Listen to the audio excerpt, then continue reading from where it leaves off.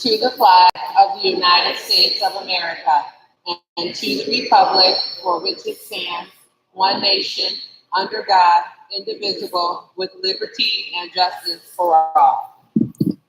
Well, thank you everybody for coming to the Great Fagley School and for coming in with the weather. We really appreciate it, and we do see all of your red also. This meeting is a meeting of the school board in public for the purpose of conducting the school corporation's business. It is not to be considered a public community meeting. There will be time for public participation as indicated on the agenda. The meeting site is fully accessible. Any person requiring further accommodation should contact the superintendent, Dr. Alanaz. And this meeting is live streamed via YouTube and also is archived for those who would like to look at it in the future.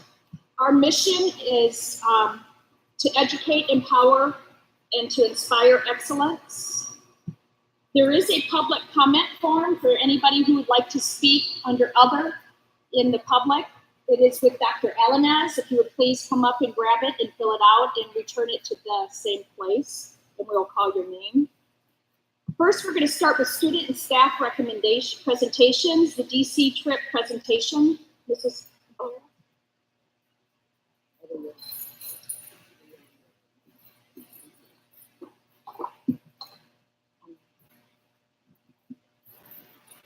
Good afternoon. I would just briefly like to have our DC group come up quickly and speak in regards to the wonderful opportunity that our students, as well Fagley as well as Willow Creek, had the weekend before spring break. So I'd like to introduce Mr. Troy Pollock, as well as Cheyenne DeLong.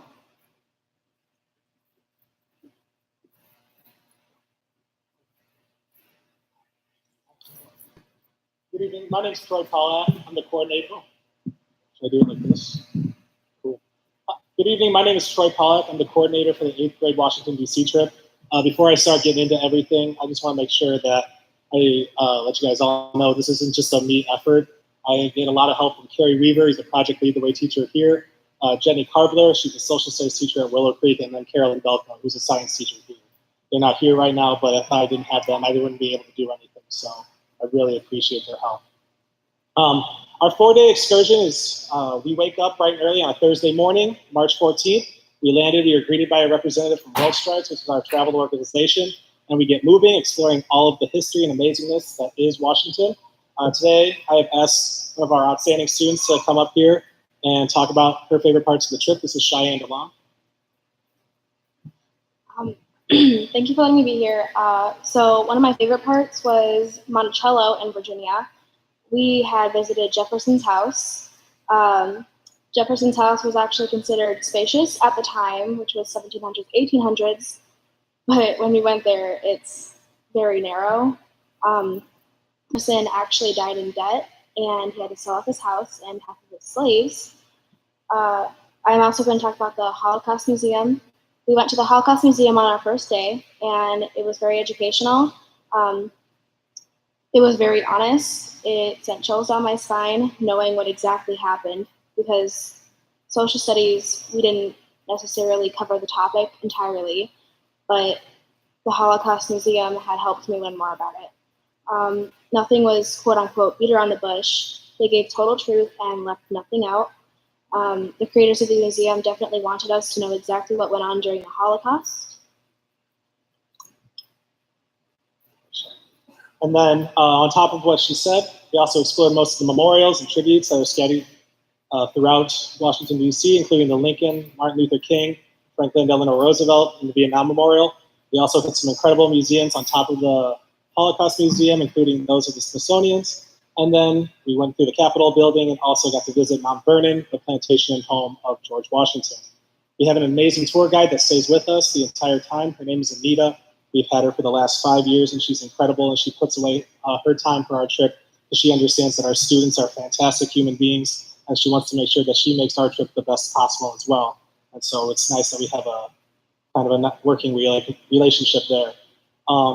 We have a tour bus that stays with us the entire time as well, so the kids have a charter bus that carries us around the city that's at our beck and call that we get to keep, and our bus driver actually stays at the hotel with us as well. So we do have a lot of fun throughout this trip. It is not just a straight learning. We do get to laugh. We do get to play around, but we also get to learn the entire time.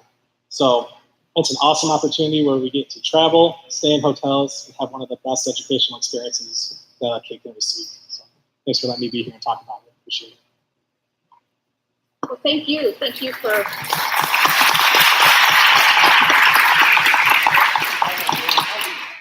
Well, thank you very much. We appreciate you letting us know your experience, and it is an awesome trip. I had my children, and I know other board members have had their children that's also went. And please thank Anita for being a fantastic individual. And yes, we do have fantastic students, and we do have fantastic teachers and fantastic staff that also helped to put this together. So thank you very much. We look forward to next year's presentation.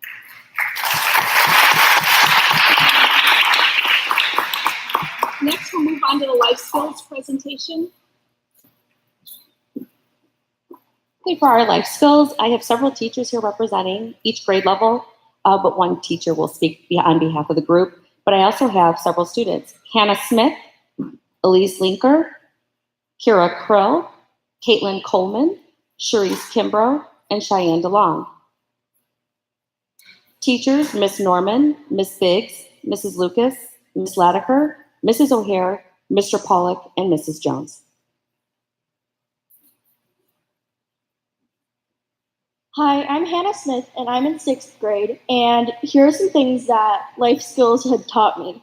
So it teaches you that actions speak louder than words, and to be kind to others, and it kind of teaches you how to calm down, and that's all I have. Hi, my name is Elise Linker. Some of the reasons why I like life skills is because it gave more in-depth explanations of things. It also gave examples of things that happened and how that thing affects you and your body. Some of the examples are when we learned about smoking, it gave the different types of drugs and also gave how it affects the different parts of the body. Some of the other reasons why I like life skills is because we learned about communication skills, about interact with other students in our class.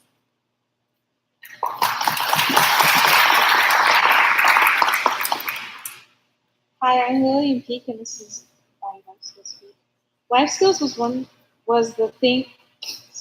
Life skills was the help that I needed to realize that good decision making would help all the other aspects of my life. Life skills helps Bigelow Middle School by helping kids to effectively deal with the demands and challenges in life.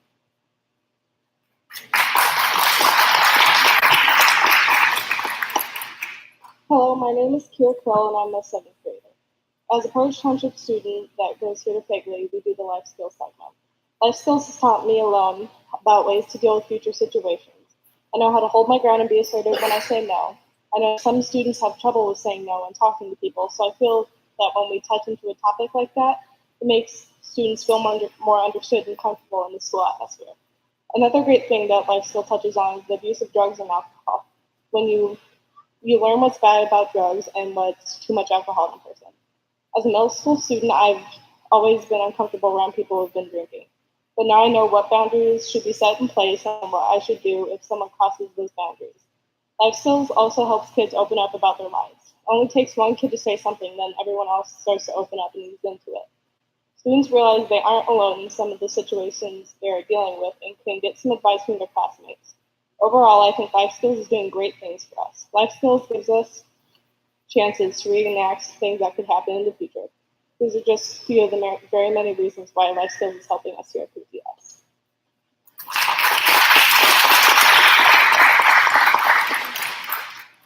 Good afternoon, ladies and gentlemen. Life skills to me is like home economics to my mom.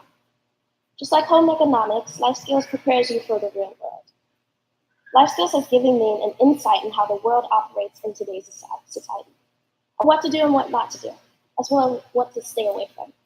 It has made a crystalline example on my fellow students of what to do in a world like this. It has made us prepared.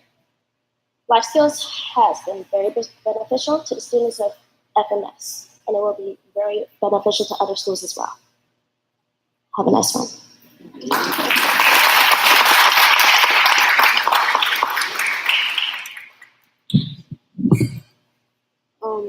My name is Sharice Kimbrough. I'm in 8th grade and I'm from Fayetteville.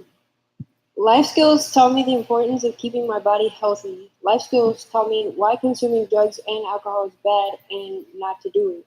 Life skills also taught me to be less anxious and feel more comfortable around others. It taught me to say no more and to stand up for myself when I need to.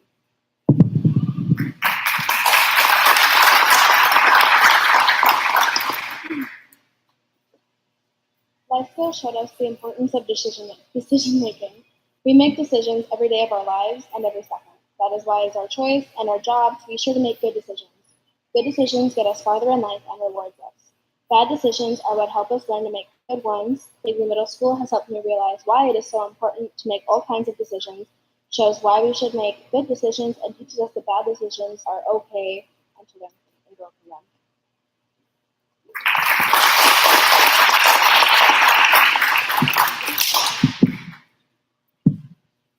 Good evening. My name is Mrs. O'Hare, and I teach 8th grade here at Fagley. A few things about life skills, a couple of the benefits that we find. First, that we can build relationships with our students.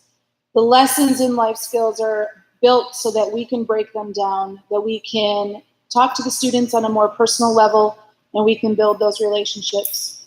It also helps us break down the barriers that might be between a student and a teacher. It gives us real life skills that students may lack, that we can help build those up. Life skills is just one part of our social emotional learning here in the Portage schools. Life skills give students those skills that are necessary to focus on the state of their brain. What I mean by that is students learn how to respond, how to handle, how to dwell on, and more importantly, how to move past those things that are stressing them out. Every one of us has a mental health, and it's important that we take care of that. I had the privilege of going to the Educating the Whole Child Summit, and what we learned there is 1 in 5 students has a mental illness. And from the first time that we recognize that mental illness to the time that we are able to handle it, to get the right medical help, is 8 to 10 years. And if we can stop it now by doing something like life skills in our class or in our building, why would we pass on that opportunity? Thank you.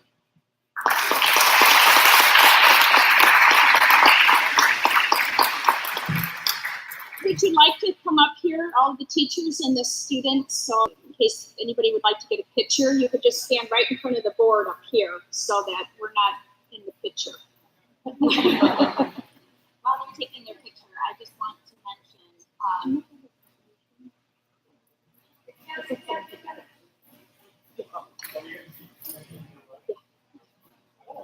students.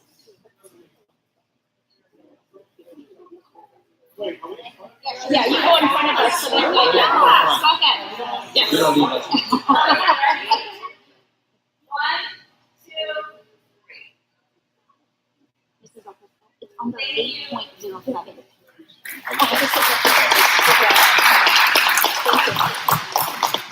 Briefly, I just want to share that this is the program 6 through 8. The component builds off of our MIND curriculum is that we take care of our children. We make sure that those mental was originally piloted when I first took over as superintendent with 6th graders, and so now the 8th graders have had this for 3 years. So the curriculum builds. It is research-based with leading practices for social emotional health and learning. And again, it is something that has time set aside every single week where every student is engaged in this curriculum. And then it allows also for a common language and skill set of our students. And also, I like how Mrs. O'Hare specifically mentioned, it allows for those breakthroughs when there are challenges with peer groups or between a teacher and a student. Thank you. And thank you to all the presenters, the students, and the staff for continuing this great program now for 3 years in the middle school. Life skills are extremely important because, as this board is acutely aware, like the individual said, that relationships in order to have relationships, you have to be able to break down the barriers. And in order to break down the barriers, you're able to educate the whole child. And that's what's important, and that is the mind up, and like Dr. Allen says, the mindfulness. And this is all part of the SEL, social and emotional learning, which actually comes under ESSA, which is our federal guidelines for Every Student Succeeds Act. So thank you for applying for the grant, receiving the grant, because we definitely do have SEL K, well, pre-K through 12 in the district, and we're lucky to be one of the forefronts in public education in Northwest Indiana to be doing that pre-K through 12. So thank you. Next, we'll move on to the curriculum development, high reliability district overview. Dr. Stevens.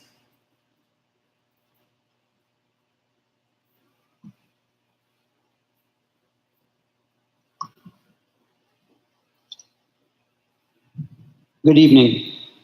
After this meeting, we will be holding a public work session where we'll go more in depth into our overall curriculum development program. But over the course of the last couple of years, we have worked into what we would call high reliability schools. And in that, there are 3 different areas that we continue to address and stress. And the first of which is having a safe and collaborative environment and culture in our schools. And just as you just heard, we're working with that with our students, but we also try to work that with our professionals and try to make sure that all are willing to not just be safe in terms of your physical being, but willing to interact with others and be vulnerable to others and new ideas. So that's part of our stressing that we're working on. Second part is effective instruction in every classroom. And we are continuing to build a more complete instructional vocabulary across all of our levels so that we have better communication between all of our professionals. And then the third part is a guaranteed and viable curriculum. And the 2 parts of that, guaranteed means that if you went from one elementary to the next, you would still see the same major ideas. It may be taught in different manners, but the same basic curriculum would be taught. And we can guarantee that a child from Jones would get the same information that a child from Kyle would, and so forth. But then the viable means that if you were to look at our current standards document for the state of Indiana, it's estimated that it might take up to 21 years to actually teach all of those to mastery. And we simply don't have that kind of time or that kind of work time with our children. And we also realize that we need to help them be ready to learn, and that's the SEL portion we're talking about. So we need to address all of those pieces. So the viable means that we have to prioritize our standards and work together to try to find what standards need to be mastered in order to be prepared for the next level and for the high stakes testing and for life. And so that's the general overview of how our curriculum is developed over the course of the year. We'll go into a little bit more depth later on in the public work session. Dr. Allen, do you have anything on high reliability?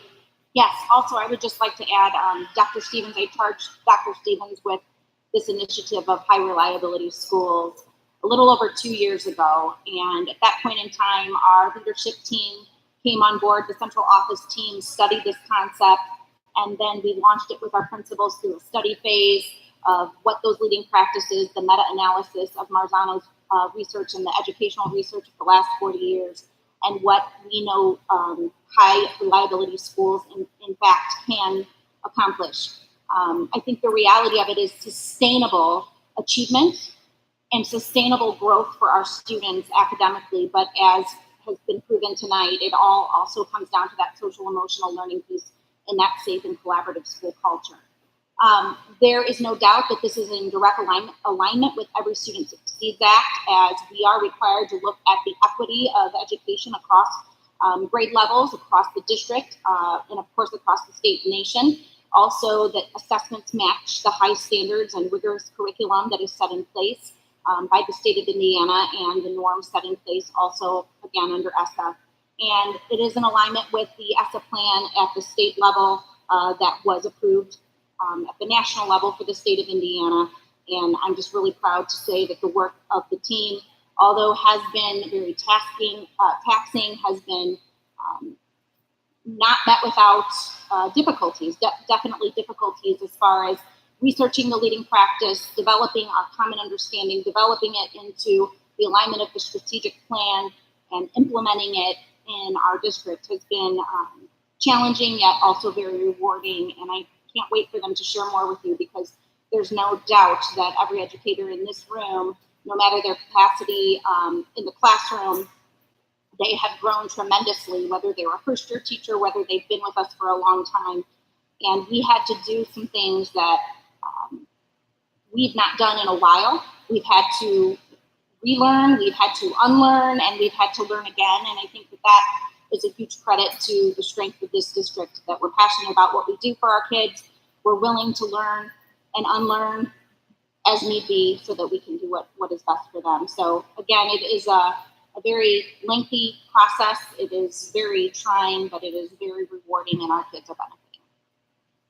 Thank you. And I do know that when you brought this to the board, it was leading practice and research-based, and there was a lot of information that we've seen to approve this. And now this is not the end product. This is the implementation of it. With that being said, what other districts in Indiana, do you have other districts that you're mentoring or that are mentoring you, or superintendents, since this is a new, or not a new, but at this point in time, across the region, there are components of high reliability schools in various districts.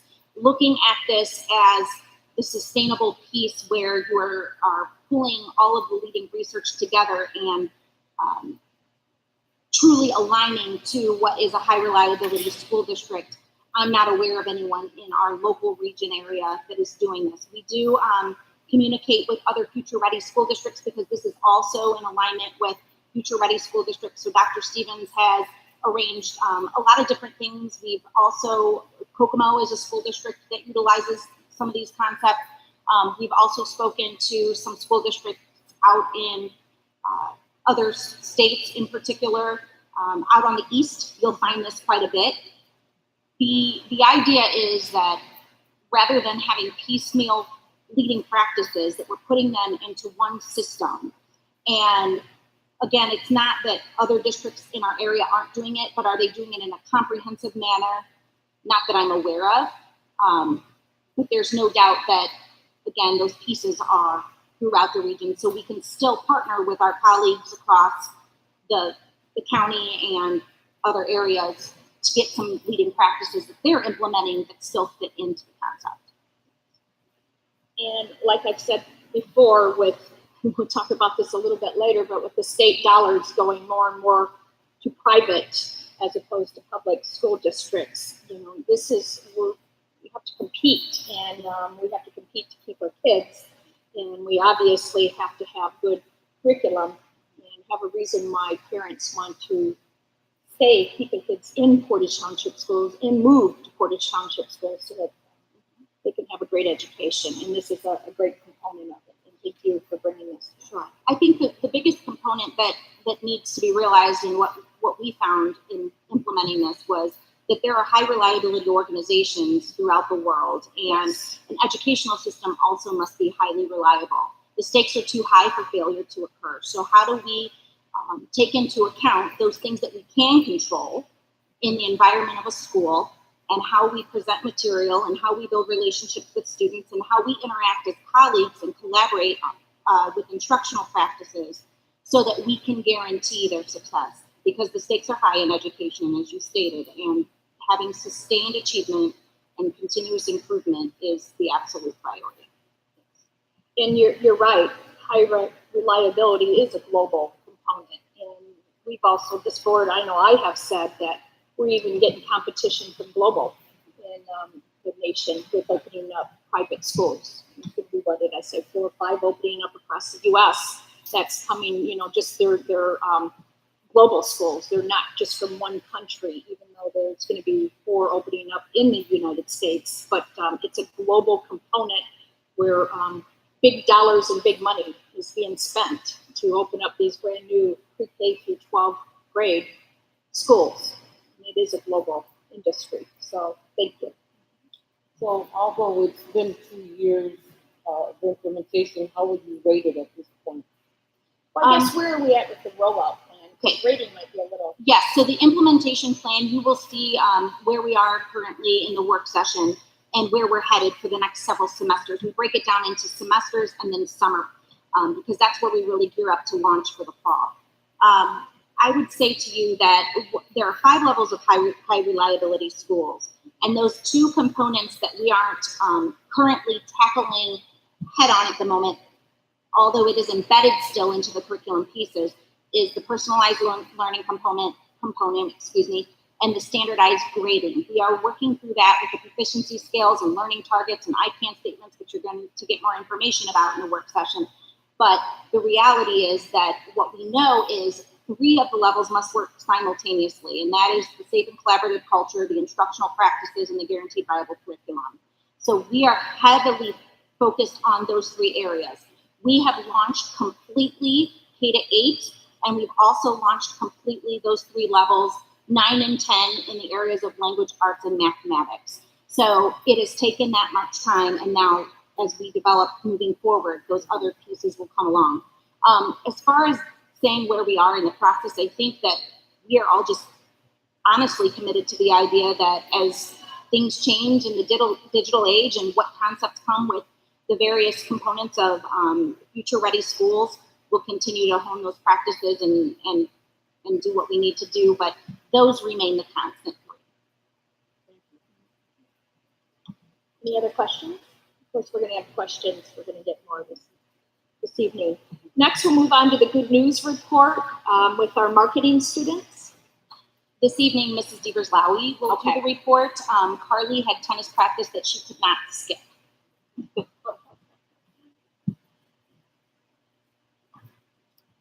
Yes, I apologize. Carly could not be here this evening. She's our #1 singles player in tennis, so she had a pretty big match coming up tomorrow. Okay, so for our first piece of good news, the students at Kyle Elementary School recently held a fundraiser for the American Heart Association. Together, they made a generous donation of $8,600. The top contributors earned an extra recess last week. Several of our schools hosted their Title I events this month. These events promote reading and spending quality time with family.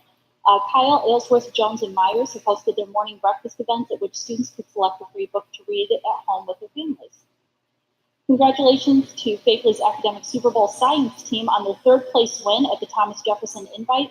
All of the school Super Bowl teams will compete again on April 27th. Congratulations also go out to Fakeley's 7th and 8th grade bands on their gold ratings at the ISMA Organizational Festival this weekend. In addition to the gold ratings, the groups received some outstanding comments from the judges. The PTS Elementary School Art Show held their art reception last week. This event was a chance for the students to show their work to their families and friends. The amazing artwork will be on display through the end of April at the Portage Public Library. The students at Sailor Elementary took a trip to the Memorial Opera House in Valparaiso for a performance of Peter and the Wolf. This fun and valuable experience was free to our students thanks to the Indiana Arts Commission. And the PHS Art Department's Empty Bowls Project raised $3,000 this year, which was donated to the Portage Food Pantry. Great job to the department and art club students for organizing this event that benefits our community. On to upcoming events. The PHS Spring Musical Cinderella has been rescheduled. The show will go on to this Friday and Saturday at 7 p.m. and this Sunday at 2 p.m. in the West Auditorium. The Royal Tea Party will take place at 12:30 p.m. prior to the Sunday afternoon performance.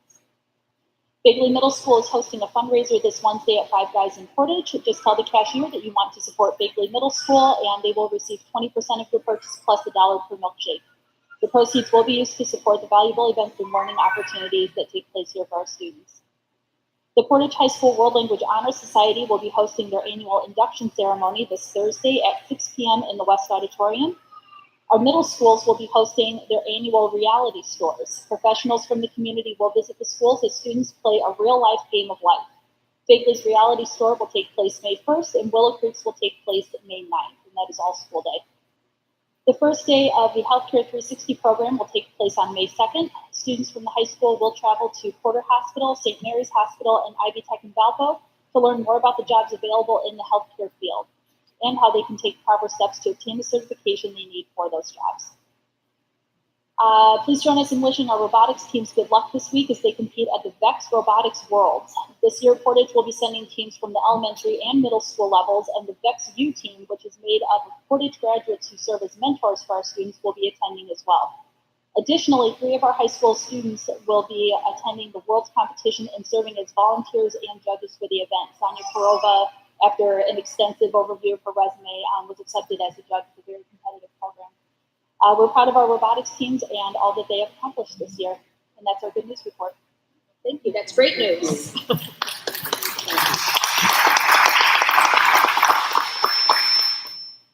And once again, thank you so much for keeping us updated and Portage Township internal and external stakeholders on what's going on, the great things that are happening in PTS and putting us on the map.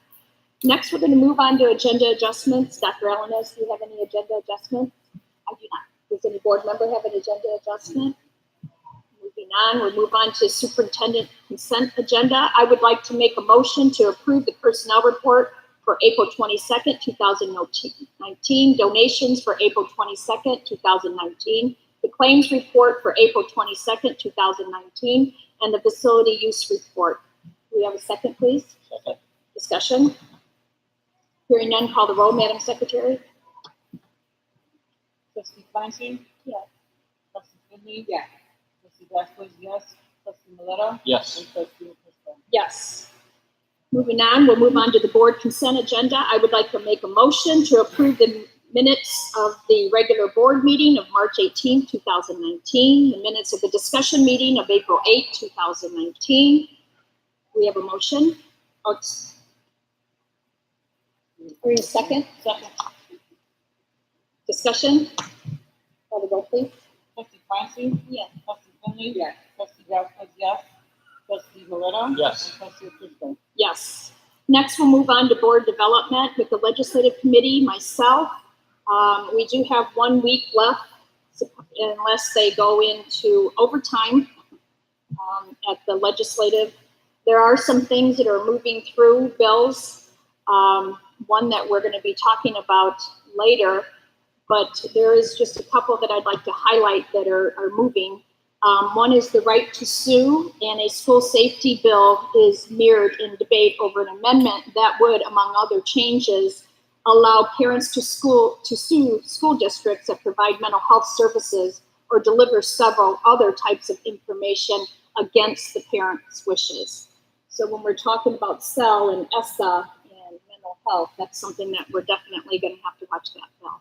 And also guns in schools is moving, and we have discussed this before.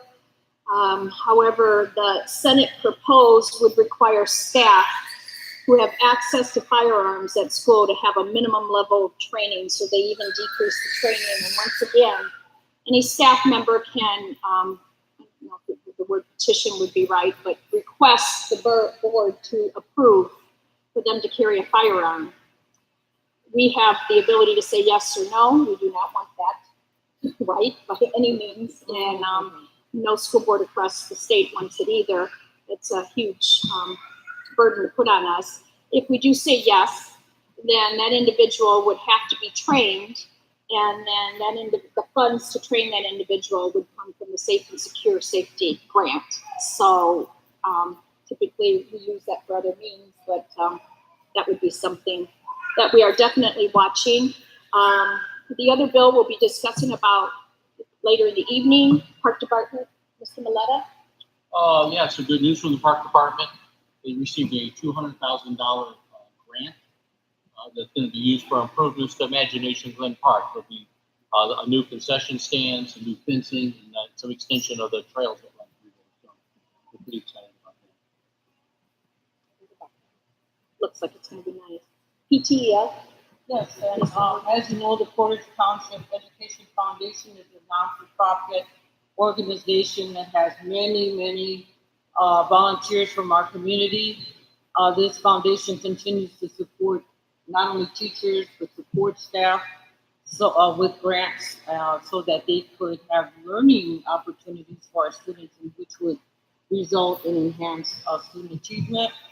This year, there were 17 applications that were submitted from our schools, and 12 have been selected. The recipients of the grants will be notified the first week of May, and then an announcement to the public will be made on May the 17th.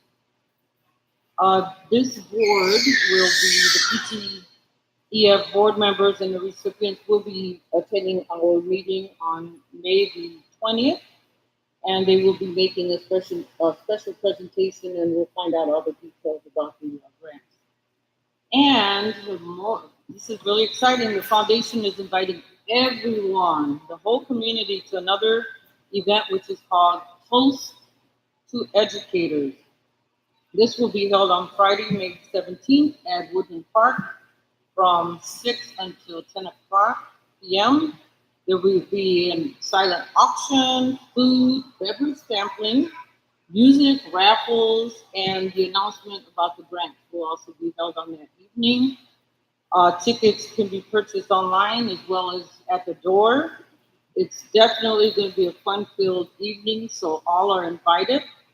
This is an opportunity to assist this foundation in generating additional funds so that they can provide grants for educators, and again, it will ultimately benefit our students. So we invite all to attend. Again, the date is May the 17th at Woodland Park from 6 to 10 o'clock.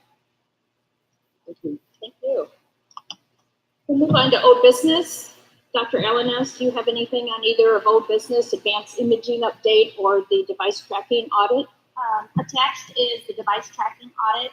Also, in particular, I just wanted to mention a couple of things about advanced imaging. We're currently waiting on the service plan quotes of the 2 individuals who can service our machines throughout the district. And again, there will be information to the board when that time comes to share what has come off the network.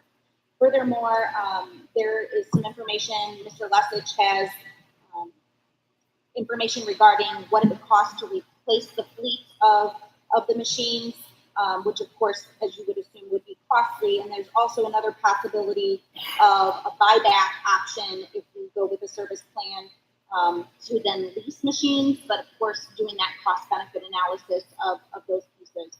So at this point in time, we are waiting on those quotes to come back, and then that information will be before you as soon as we have it. We knew that it would be after spring break, so it should be any time now. And then attached is the device tracking audit. Mr. Lesich, did you want to share information about that audit?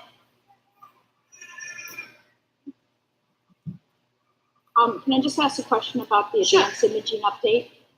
You stated that there's going to be 2 quotes. It's going to be over $50,000, correct? Correct. Okay, so I would imagine they're going to be bids. Well, at this point in time, they're giving us a service plan option for servicing what we currently have. So if we want to go out to bid, that is still something that there is no doubt that we can still move forward and do. The difficulty with the machines that we have is if we keep the machines that we have, there are only 2 providers that can service those machines. Well, what's the benefit of keeping what we have and not just putting the whole thing out for a bid? The benefit to keeping what we have currently is that if we were to replace that fleet of printers, Do we own them? we do. We bought them. We bought them. And that's the issue. We bought That it is the individually, and that's how it crept up on us. That is the issue. They We were have a bought. little over $280,000 wrapped up in assets. Yeah. So the problem is that because we bought them on what time span? 10 years? We have some devices that are 15 years old that are Well, I running still. understand, but since we had the other contract where we put the whole thing out to bid, when did we start the piecemealing? What's the oldest one with the piecemealing? The piecemealing started, Mr. Lesich, when did we go away from the previous company? Over 10 years ago, we had one company that went bankrupt, and the company we have now came in and sort of helped us out according to history. They brought in 20 loaners for us. Some of those devices are still running. And we run just a service plan on them, so basically they give them to us for free. And then little by little, we've purchased them 8 to 10 devices at a time according to the record that we put together. So that varies from printers to copy machines, a variety of things. And then when I came on board, the debate was it a service agreement or a contract? We felt it was a contract, so that's why I brought it to the board. When you put it all together, the other concern we had was there were several contracts that were embedded before when there was monies. So like transportation has their own group of money from the state. They would have, at that time, they had their own printers. They have another contract. Title I, other monies. Food service, other monies. Well, then as you start bringing those together and bringing them to the surface, you find out we have several. At the time, we had 6 contracts. And they were all under the threshold that was by the board. So then when you brought them all together and added them together, now we have the. That's what we're struggling with, as Mr. Lessig is pointing out, that then when you put them together as they should have been, is where the board has the question as to why were they. Well, I still have questions and I'm still confused. So, and now's not the time to do Right. this, but Anytime that I'm you not like. sure that we should put anything out for quote until we actually, I don't understand. I don't remember approving 8 to 10 copiers at one time, and the board would have had to approve that. Well, technically, they followed underneath the $50,000 rule, which technically, as long as we Doesn't have. matter, we still had to approve. Right, they would still have to approve We that. still have to Oh, approve approved that. as well. Well, they had to be approved or they would never purchase. Yeah, and I'd like to see that. Yeah, that's what Right. we've got to dig up. Because I know, like, for It instance, is the still- makerspace. In all of these contracts he's talking about, the board would have to approve the contracts. So I want to see where we approve And these that's what- contracts, where are we at with them? There's Yeah. gotta be a spreadsheet that somebody's put together with And this. that's what he has put together, and we will absolutely get all of that, because I understand, this has been a long process that I look back, and quite honestly, if you dig through this has been going since September, trying to dig all of this up. And we're getting there towards the end where we can at least say, what's the historical knowledge of this situation? And now I can make sure to get that all to you, to include those contracts, when those things were approved, if they were approved, how they were separated out, and then how do we get this all back together? And then here's the issue. Did we have service on any of those existing contracts that we're gonna be putting out for these 2 quotes or bids? Right. So it's, I just think, it doesn't matter since it's been since September. We've got Right. little bitty snips Yeah. of information, and we just need a full-blown Absolutely. picture. Oh. That takes a public work I agree. session. I think This that- board needs to And the have it. biggest thing we were trying to do for you is to actually dig out the history. Because on top of it, the state changed the way things are funded. So that is throwing even a big curveball, because then, for instance, like the print shop has 2 printers that are underneath that contract. Well, now that's shifted from us running a business to versus it's a class. And now we have to figure out where the funding comes from. So it has been unpeeling that onion and then finding printers and then figuring out, how many devices actually are there, how many we need, how old they are, how many times they've been serviced, all the things that I think that you need to make the right recommendation for the corporation. The biggest challenge is, like Ms. Allen has said, you have these companies, they partner with these printer companies. So it's not like back in the day where you have Hewlett Packard come in, they sell you a device and we could fix it, Hewlett Packard could fix it, John down the street could fix it. They are exclusive rights to those printers. And that's the challenging part. We're in contact with, we have several phone calls out to the company that actually makes the printers, trying to see if there are more vendors that can service those. There has to be. Right. More than So it sounds to me like scheduling that public work Yes. session, we'll schedule that, and then let's talk through the device report at that same work session. Does that sound okay? We'll go through the device report and then Yeah. also the printers and copies. So Mr. for Lessig. I just want to ask a question for my own clarification. So what you were saying is, at one time, everything was separated out by funding source. Correct. Okay, that's And what I want to make yes, sure that everything for was- the purposes of the audience. Absolutely. There were several different everybody did funding. their own thing Yes. by funding source. And what our goal is to Okay. try to bring that Not back underneath the originally. umbrella. Not originally. No. No. Yeah. Okay. There was That's a, not true. Okay. Yeah. Yeah. over the last few years. And they did it without board Okay. technology. Okay. I'm trying to get That, the and then we were kind of deer in the headlights when it Gotcha. came up with the funding source that, wait a minute, you know, what are you doing? Okay. We need to be aware of it, we need to approve it, you know, there's contracts out there that we haven't seen, or, you know, possibly, and that's where we need to be. We've now collected them all now. And if it's, we're peeling back the onions like September, but here's the issue, we have to make sure that this is such an important aspect of the taxpayers' dollars, that this never happens again. So if we don't know the troubleshooting, if we don't know that what we got into, what the problems are, and if we don't know all of those, we won't be able to fix it. Absolutely. And we need to fix this. That's why it's taking so long. And that's okay, but we need to fix it. Mr. Lawson, are we under any current contracts right No, now? at this time, So right now what we we do don't is we do right now, since we have a good relationship with the company, they have allowed us to stay with the service amounts that we have made in the past. Right. Yeah. And then Nick has gone through, and finance department has gone through and paid any overages, things like that. So we're up to date with our payments. That is challenging. It is very challenging to do all this. So we are working on that. You know, recommendations, what printers get moved, removed, replaced. You know, it's a big step. It's not something you want to do overnight because it affects so many individuals. Well, it's something that you typically do in the summer, and that's the way we Correct. used to do printers. It was always a summer project when school was out. Yes, So- absolutely. And we- our we goal did- was to replace before starting in August. But obviously, as we feel more and more, we're looking, like we said, we're waiting for a couple more items to sit down. We have a meeting, I think, Wednesday to sort of just talk and get Ms. Allen is completely up to date where we are financially with them.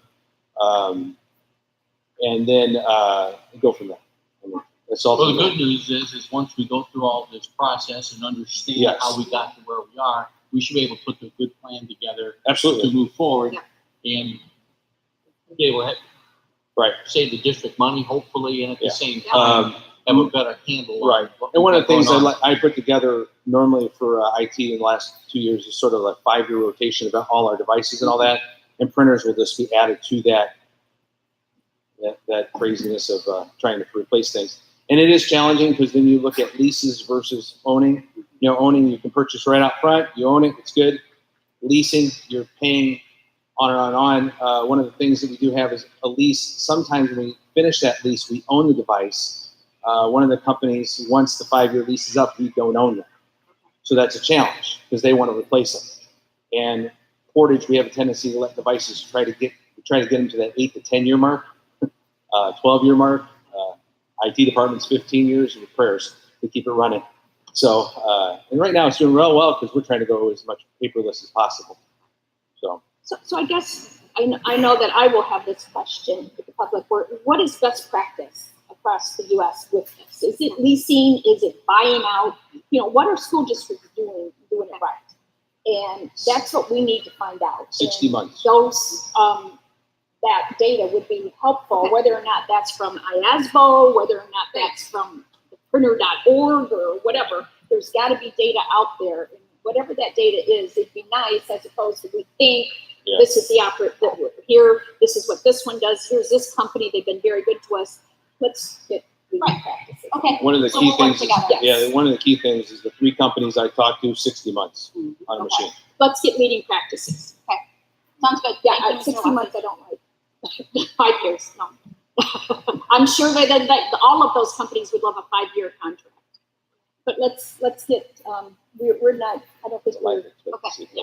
Let's get leading We'll get it out practices. to bid Yeah. at that point. Yeah, I'd like to get it out to bid, not quotes too. One-to-one And is then good. we need to look whether or not it's gonna be better for the taxpayers to purchase, just get brand new, or to lease, whatever we need, we just need to. So we'll have a leading cost practice. benefit analysis and then also what the Cost leading benefit practices analysis. are. Yeah. Sounds good. And just real quick, No so more you than can budget. study those one-to-ones, I hope you have the full chart because I know one of the questions came up was how many of those devices are actually adults in the corporation. There weren't any on there because I was asked to get student devices. So you'll see the top, I sort of gave you all the student devices, and then the bottom chart is actually what we have for our adults or staff. Okay. So, and then when we talk in our program, we'll go into details for you. All right? Thank you, Thank Mr. you. Mayor. Thank you. So new business, we'll move on to new business, approval of school board meeting schedule. Do we have a motion, please? Make a motion. Go ahead. Second. Discussion, this is something that we do every year. Anybody else have any questions or discussion? I do know that I had asked Dr. Alanes to check to see if there was a state statute. Typically, we have 2 meetings a month, one discussion and one board meeting.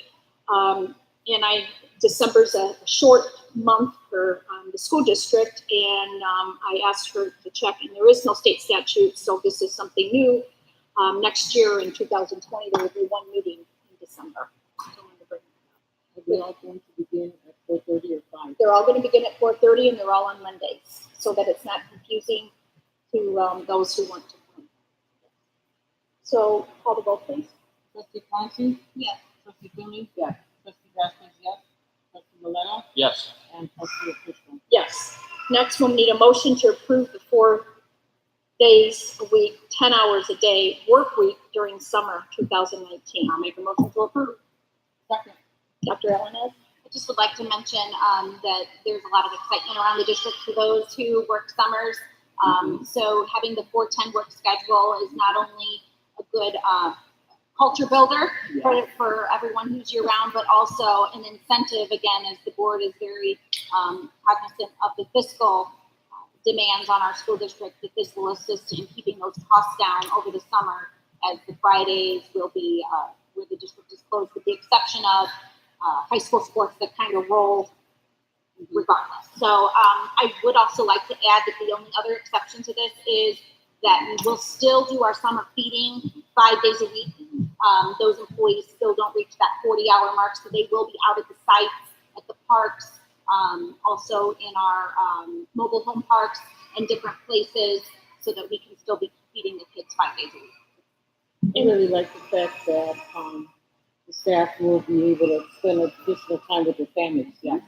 I really like that. And I like the cost-benefit analysis, if we could go into that a little bit. Yeah, so ultimately, we started to look at the idea of the utilities for keeping our buildings with lights and cooling and all of those pieces that come into play by running that additional running that additional day per week. And so the benefit of that is approximately about $10,000 of a cost savings. So that's for how many weeks in the summer? That ends up being, I believe it ends up being 10 or 11 Fridays that cost that much money. So approximately $100,000 that we're going to be saving. Correct. Just by going to that. And then other districts do this also. Correct. So Other this is districts something do that this, most districts are going to. That's correct. And then we're able to turn off the lights and turn down the air and save energy and gas and all those good things. So thank you for bringing that to us. Sure. Any other questions or call the roll, please? Trustee Clancy? Yes. Trustee Finley? Yes. Trustee Vasquez, yes. Trustee Maleta? Yes. Trustee Official. Yes. Next, I'll make the approval, motion to approve the overnight field trip by PHS ROTC to Delafield, Wisconsin for Cadet Leadership Academy on June 3rd through the 7th, and also for Fagley and Willow Creek to go to Washington, D.C. on March 12th through the 15th, 2020. Do we have a second, please? Second. Discussion? Call the roll, please. Trustee Clancy? Yes. Trustee Finley? Yes. Trustee Vasquez, yes. Trustee Maleta? Yes. Trustee Official. Yes. We'll move on. I'll need a motion to ratification of the Stevens Engineering and Constructors Agreement. I make a motion to approve the Stevens Engineering Constructors Agreement. Second, Dr. Alanes. This is for the chiller project this summer. After that bid was awarded based on our project, I just want to again mention the efficiency of updating our HVAC system, and of course the ability to keep and cool more efficiently as well.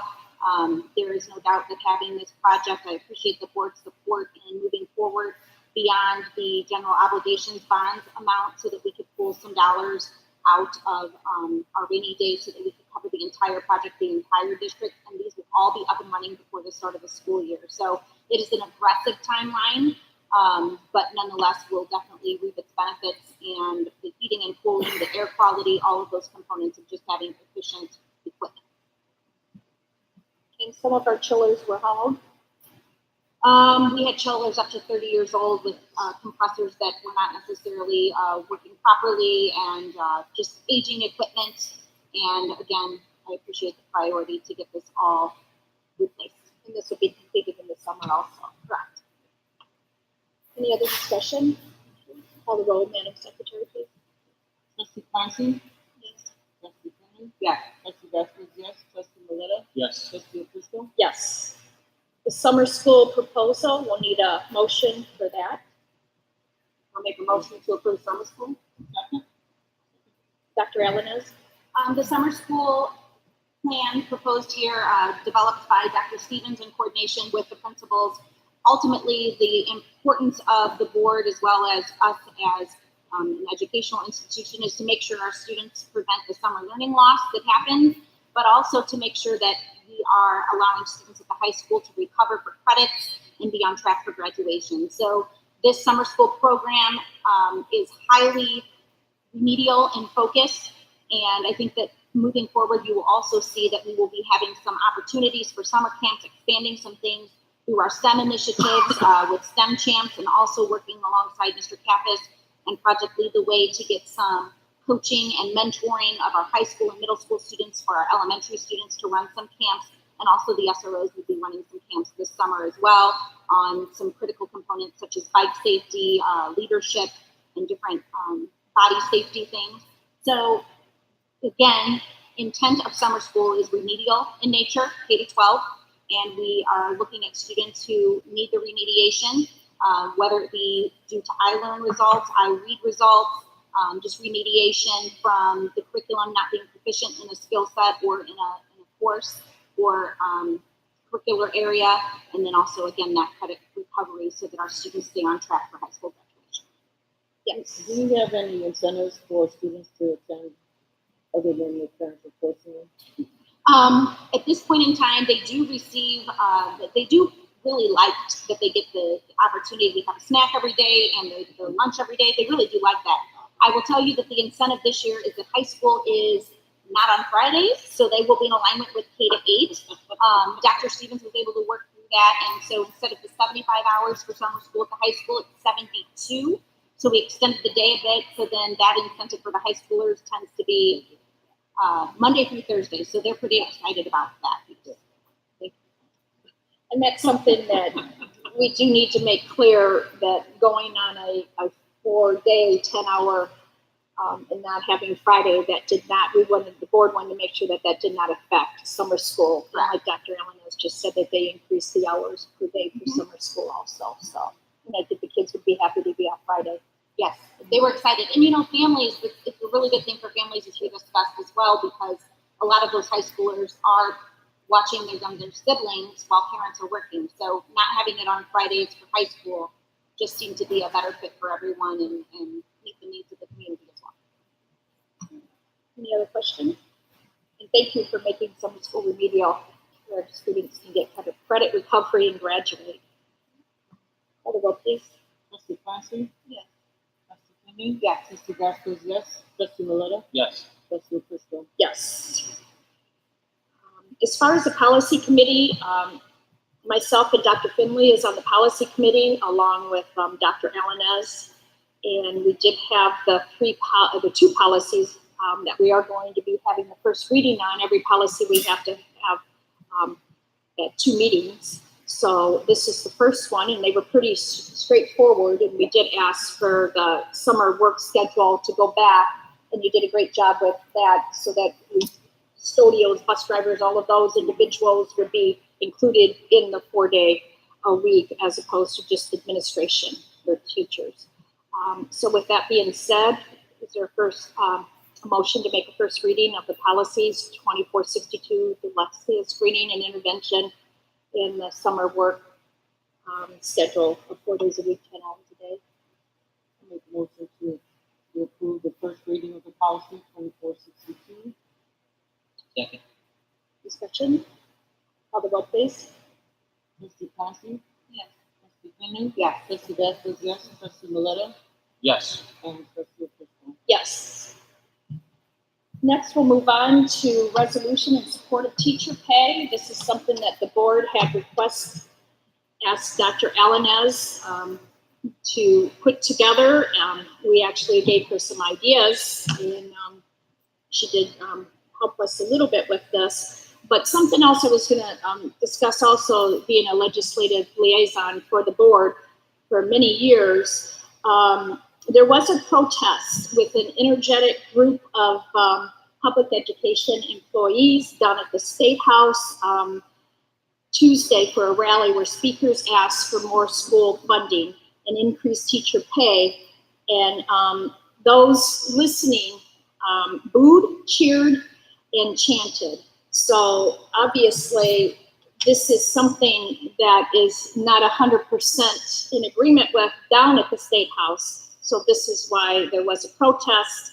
And we thank those of you who did go down there for public education and for to increase teacher pay. And we just want to let you know that the board also supports you. That's why we are in red today.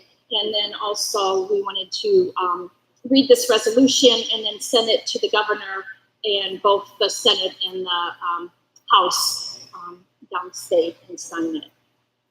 These are some of the things that we thought was important to Portage Township Schools and the school board.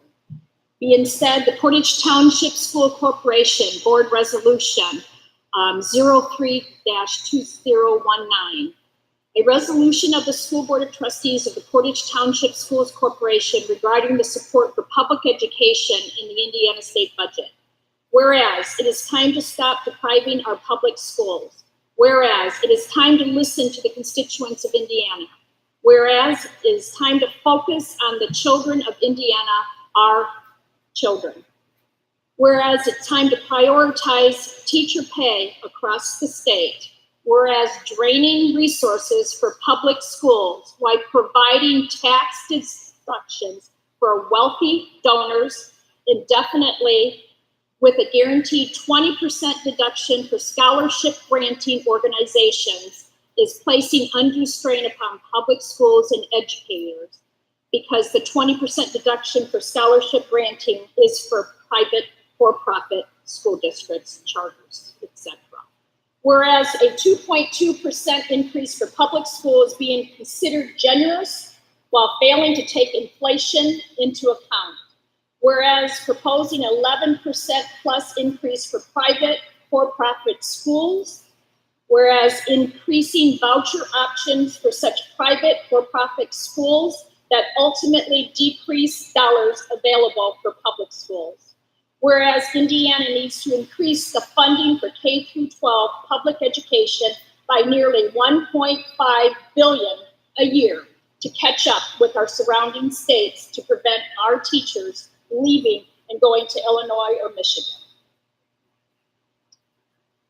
Whereas school districts serving children of poverty are losing funding that is instead being given to wealthier school districts. Whereas the state of Indiana is choosing to appoint a top education official without requiring this official to have education experience.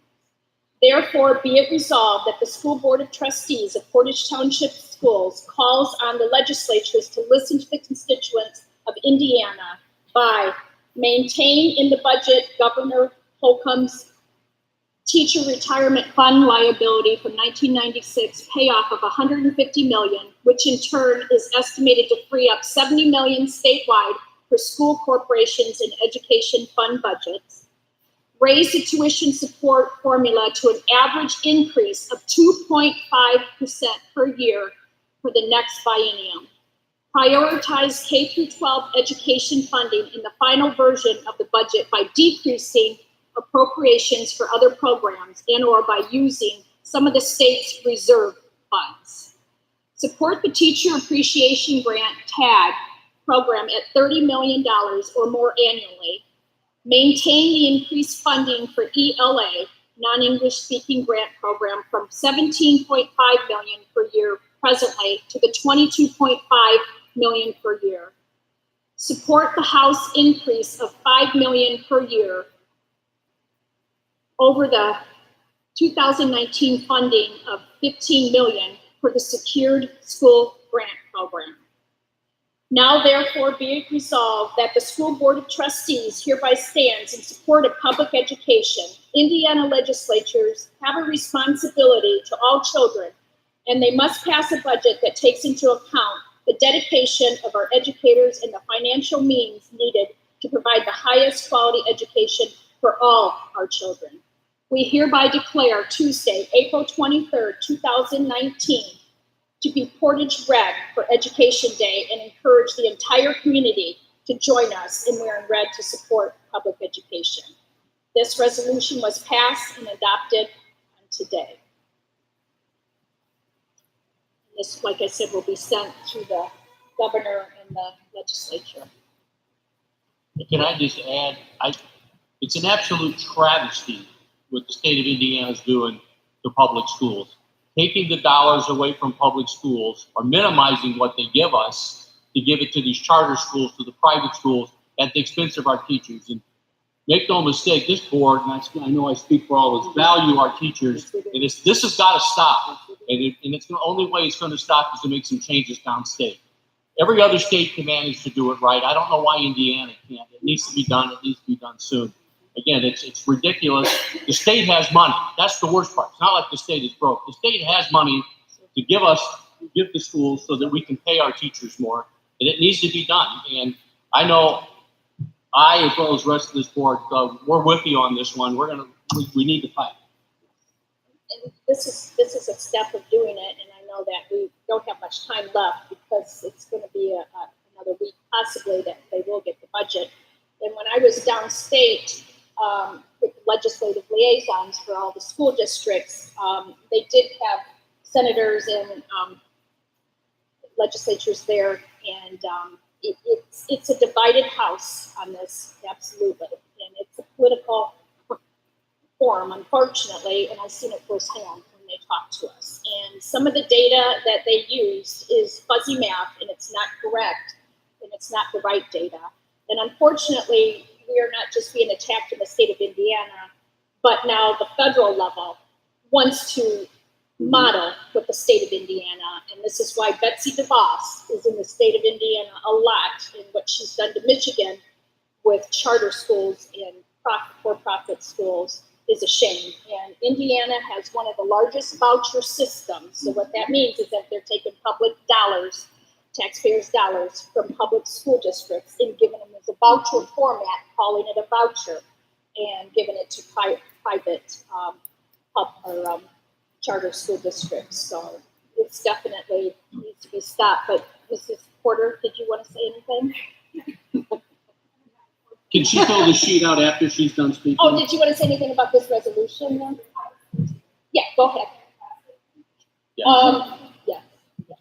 We need to vote, yeah. We have a motion. Make a motion to I approve. did want to say something. As an educator, I know Ms. Vasquez is as well. We definitely stand with all of the teachers. I do ditto everything that Mrs. Prisco and Mr. Maletta just stated. We stand with every teacher here, every teacher in Northwest Indiana, every teacher in Indiana on this education topic. We have to do better for our teachers because that in turn helps our kids. I don't know what Indiana expects us to do. We have so many different topics and different things they want us to do for our kids, but yet they're still robbing our teachers to make sure that we can't do what you need to do to be able to take care of your household. But we have all of our kids that are coming to school with all of this baggage, and they're robbing Peter to pay Paul all of the time. But we're doing the same things as teachers all the time too, right? So we want to help you. We need you to figure out a way to make your voices heard too here. So petition your legislators, write letters, they need to hear from you. I know that sometimes we sit back and we're waiting for someone to be that voice for us.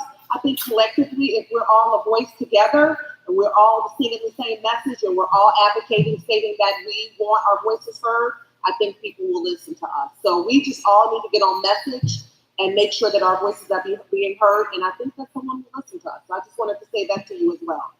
It is also unfortunate that in our neighboring school districts, some schools will be closed. Yes. And also in neighboring school districts, they're asking for referendums and asking taxpayers to pay more out of their pockets to support our schools, and that should not be happening. And with that being said, I'd like to thank the previous superintendent and previous boards that they have placed Portage Township Schools in a very great financial condition. We have one of the best rainy day funds around, and like Dr. Allen has just said today, that we were able to do the chiller project without going out and getting referendums. So that was something that previous boards, and I'd like to thank them for that. And there is a huge rainy day fund in the state of Indiana also that needs to be looked at in the billions. I think the other important message is that with this being a biennium, that next year is specifically to policy. So not only is it important to get the message out and continue to be active, but after this budget, we need to remember that in 2021, budget is again. And so the idea is that educators go back to what we do for students. And the reality is the message needs to stay strong and consistent, because budget will come up again. And the reality is it's got to be in for the long haul. Right. The voice is heard. Make our voices heard. Call the roll, please. Oh, we need a motion. I make a motion to approve the resolution. Yeah. Oh, well. Call the roll. Trustee Clancy? Yes. Trustee Finley? Yes. Trustee Vasquez, yes. Trustee Galetta? Yes. And Trustee O'Frisco? Yes. Mrs. Clerk? And if you could just give your title and. Deb Porter, and I'm president of the Portage Association of Teachers, and it's on their behalf that I stand here before you to thank you for this resolution. As president of the Portage Association of Teachers for 10 of the last 12 years, I'm sorry, I'm the outgoing president of the Portage Association of Teachers, and that just kind of hit me right now. But I have lobbied in Indianapolis every year, several times a year. We're fortunate here in Portage that we have a state senator and a state legislator who are staunch supporters of public education. You will not find anybody more adamant on the need for public education than in a conversation with Senator Tallien and Representative Mosley. That's not true across the state, not even next door. But I think that you doing this sends a very powerful message. It is one thing on which we all can stand in solidarity with, that public education is not just our job, it's our career and it's our calling. And the fact that young teachers, new teachers to their career are leaving because they can't afford to stay in the career hurts people like me who's been at it for more than a lot of years. But I'm at a place where my new coworkers will never be, and that's just not acceptable. So thank you on our behalf for passing this resolution.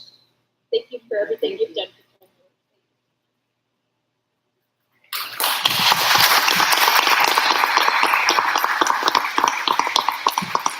If I could add something, at the Portage Community and Business Night, the Portage Association of Teachers had a booth, and they made a really cool card that they were passing out.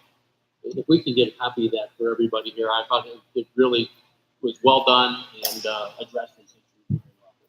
Mrs. Porter and her team developed a card that is two-sided, and it talks about all of the reasons why Portage Township Schools and public education is the choice. So yes, I will make sure to work with her and get some of those leftover cards and rulers that showcase Portage Township Schools. And I want to thank the teachers for doing that at that community business night, because again, it's the message that we need to get out to be positive about what goes on within our school district. And as this board always talks about, tooting our horn. Thank you. Dr. Alanis, do you have anything under superintendent reports or updates? I did have a couple of items in particular. We'll go through this more in detail in the work session, but just sharing with you that we still remain committed, of course, to the strategic plan and future ready schools in compliance with Indiana Department of Education and also ESSA at the national level, Every Student Succeeds Act. So the high reliability school presentation will showcase many of our educators this evening and some of our principals and the work that they've been charged with over the course of the last 2 years. I also just want to mention that Mrs. Devers-Lowy specifically stated that the Title I events that took place this month, I am so encouraged. These are continuing to grow, and I know the board would like to have one of these events before a board meeting, and we will make that happen. We are having approximately 400 to 500 family members and community members show up at each of these events, whether it be donuts with dudes, muffins with moms, donuts with divas. We've had all kinds of stuff. So you see the camaraderie in the school community. You see family members taking some time out of their day early in the morning before their day begins, and it's just a really exciting time.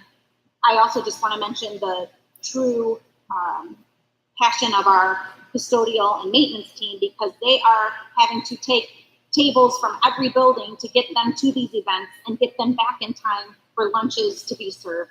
So it really does take everyone, and to watch the pictures as you scroll through them on Facebook and through our other social media pages, and just being out in the community and hearing how this has been received. And I will also get you a list of our community partners who are donating these donuts and donating these muffins to our schools at a very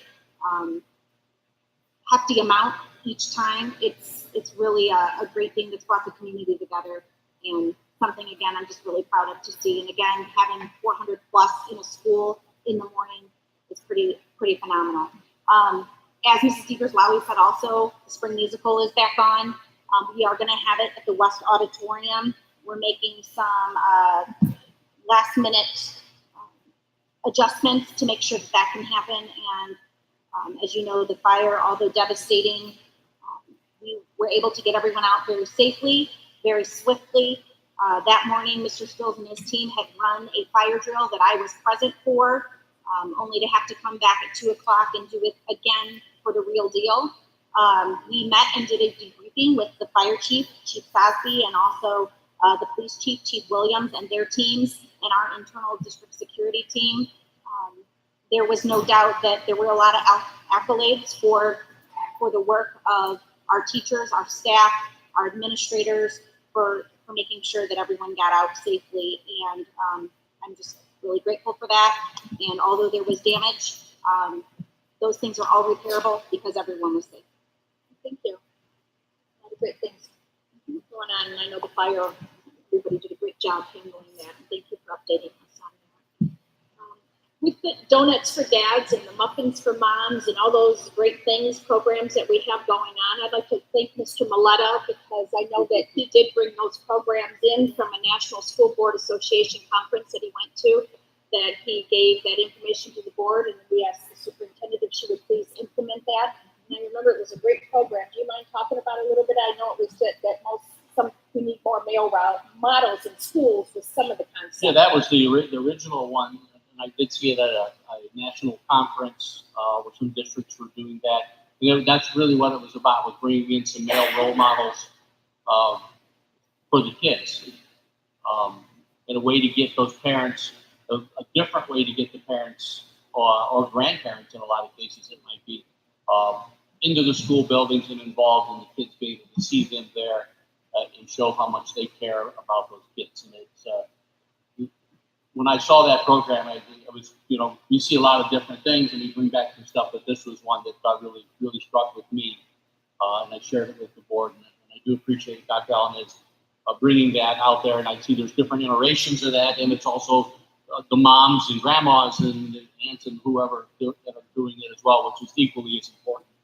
So I'd love to see these programs continue to build and grow and expand in all our elementary buildings for certain. And I think there's an application for it in the middle school buildings as well. Those kids are looking for the same type of thing, and so I do appreciate you doing that, as well as our principals and teachers and staff that help with these programs. So thank you. Dr. Allen, do you have anything under other? I do not. Does any board member have anything under other? Hearing none, this meeting is adjourned. Thank you. Thank you.